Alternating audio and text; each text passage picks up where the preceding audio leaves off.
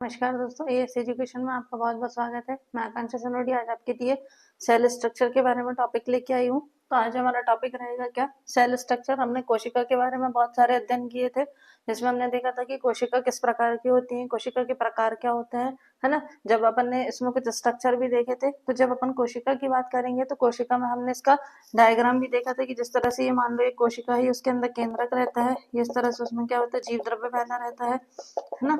इसके अंदर इसमें छोटे छोटे ये राइबोसोम पाए जाते हैं, है ना। इस तरह से इसमें क्या रहते हैं, माइटोकॉन्ड्रिया रहते हैं, और इसमें क्या रहेंगे, गोल्जी बॉडी बने रहेंगे। इस तरह से इसमें सेंट्रोसोम पाए जाते हैं।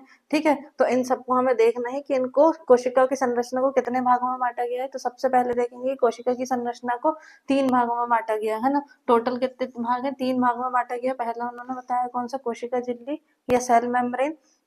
दूसरा क्या है यहाँ पे, कोशिका द्रव्य या साइटोप्लाज्म। और तीसरा क्या है, केंद्रक। ठीक है, तो इसके 3 मेन पार्ट रहते हैं। जैसे ये पहला वाला जो हो गया वो क्या हो गई, सेल मेम्ब्रेन हो गई। ठीक है, इसके अंदर ये जो द्रव्य भरा रहता है इसे हम क्या कहते हैं, साइटोप्लाज्म कहते हैं। उसके बाद में क्या होता है, ये न्यूक्लियस।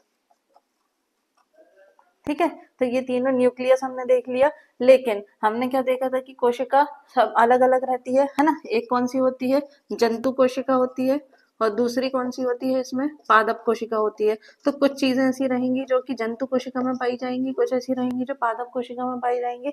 तो सबको देखना है कि जैसे यहाँ पे कोशिका झिल्ली है तो सेल मेम्ब्रेन है ना। इसमें सेल मेम्ब्रेन कैसी रहेगी, जंतु कोशिका में कैसी रहेगी, पारगम अर्ध पारगम्य रूप में रहेगी। लेकिन जो पादपों में रहेगी कोशिका भित्ति, कैसी कोशिका भित्ति पाई जाएगी, मतलब मेन क्या रहेगी, उसमें सेल वॉल प्रेजेंट रहेगी। ठीक है, तो ये सेल वॉल किसमें प्रेजेंट रहेगी, पादपों में प्रेजेंट रहेगी। दूसरा यहाँ पे क्या जाता है अपना, कोशिका द्रव्य या साइटोप्लाज्म। ठीक है, ये जो द्रव्य भरे रहते हैं हम क्या कहते हैं, साइटोप्लाज्म कहते हैं। इसके बहुत सारे पार्ट है कि इसके अंदर क्या क्या चीजें उपस्थित होती हैं। तो सबसे पहला पार्ट डिवाइड किया गया है कौन सा, एंडोप्लाज्मिक रेटिकुलम। एंडोप्लाज्मिक रेटिकुलम मतलब क्या होती है, अंतःप्रदव्य जालिका। अंतःप्रदव्य जालिका कितने प्रकार की होती है, 2 प्रकार की होती है। पहली कौन सी होती है, जो कि सपाट रूप में पाई जाएगी, इस तरह से वो चिकनी रहेगी, उसे हम क्या कहेंगे, स्मूथ एंडोप्लाज्मिक रेटिकुलम। और जिसके ऊपर अगर मान लो इसमें राइबोसोम लगे हुए पाए जाएंगे तो वो क्या कहलाएगी यहाँ पर, रफ एंडोप्लाज्मिक रेटिकुलम।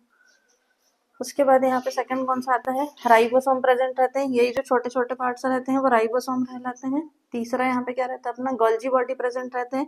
ये हमने देखा था, इसमें बंडल के रूप में क्या रहेंगे, यहाँ पे गोल्जी कॉम्प्लेक्स रहेंगे। नेक्स्ट इसमें क्या पाया जाएगा, लाइसोसोम पाया जाएगा। पांचवा इसमें क्या रहेगा, माइटोकॉन्ड्रिया पाया जाएगा। माइटोकॉन्ड्रिया के बाद यहाँ पे क्या रहेंगे, प्लास्टिड रहेंगे। प्लास्टिड, अब ये किसकी बात हो रही है, यहाँ पे पादपों की बात आ जाएगी। तो पहला कौन सा होता है, आवर्णी लवक। दूसरा कौन सा होता है, वर्णी लवक। और तीसरा कौन सा होता है, हरित लवक या क्लोरोप्लास्ट। ठीक है, इन्हें हम क्या कहते हैं, ल्यूकोप्लास्ट, क्रोमोप्लास्ट और क्लोरोप्लास्ट। नेक्स्ट उसमें क्या प्रेजेंट रहता है, वैक्यूल प्रेजेंट रहता है, मतलब रिक्तिकाएं प्रेजेंट रहती हैं। इस तरह से होल के समान क्या रहती हैं, रिक्तिका प्रेजेंट रहती हैं। और नेक्स्ट क्या रहते हैं, सेंट्रोसोम पाए जाते हैं। और तीसरा बड़ा पार्ट कौन सा आ जाता है, हमारा केंद्रक, जिसमें हम इसका पूरा डिटेल में अध्ययन करेंगे। ये वाला पार्ट क्या कहलाएगा, हमारा न्यूक्लियस कहलाएगा। ठीक है, तो इस न्यूक्लियस को हमने इस तरह से सेल स्ट्रक्चर को देखा कि इसको कितने पार्ट में डिवाइड किया गया, 3 पार्ट में। कोशिका झिल्ली, कोशिका द्रव्य और केंद्रक। कोशिका झिल्ली ये पादपों में जब आएगी तो इसमें कोशिका भित्ति पाई जाएगी जो कि कड़ी होती है। दूसरा यहाँ पे आता है कोशिका द्रव्य या साइटोप्लाज्म। साइटोप्लाज्म के अंदर बहुत सारे पार्ट्स रहते हैं।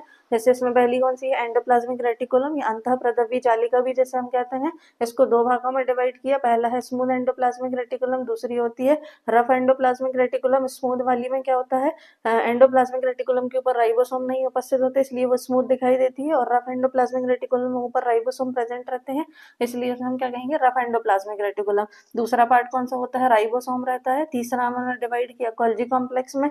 चौथा होता है लाइसोसोम। फिर आता है माइटोकॉन्ड्रिया। उसके बाद आते हैं प्लास्टिड या लवक भी जिन्हें हम कहते हैं, जो कि ज्यादातर पादपों में पाए जाते हैं। जैसे हम क्या, जैसे 3 भागों में डिवाइड किया, ल्यूकोप्लास्ट मतलब अवर्णी लवक, क्रोमोप्लास्ट मतलब वर्णी लवक, क्लोरोप्लास्ट मतलब हरित लवक। उसके बाद आती है वैक्यूल मतलब रिक्तिका। रिक्तिका के बाद आते हैं सेंट्रोसोम। ठीक है, तो ये सब किसके अंदर पार्ट्स रहेंगे, साइटोप्लाज्म के अंदर तैरते रहते हैं। उसके बाद में तीसरा हमारा बड़ा पार्ट कौन सा आ जाएगा, केंद्रक। अब इन सारे टॉपिक के बारे में हमें एक एक करके इनका डिटेल में हम इनका अध्ययन करेंगे। तो कल से हम सेल मेम्ब्रेन की क्लास चालू करेंगे। तो मिल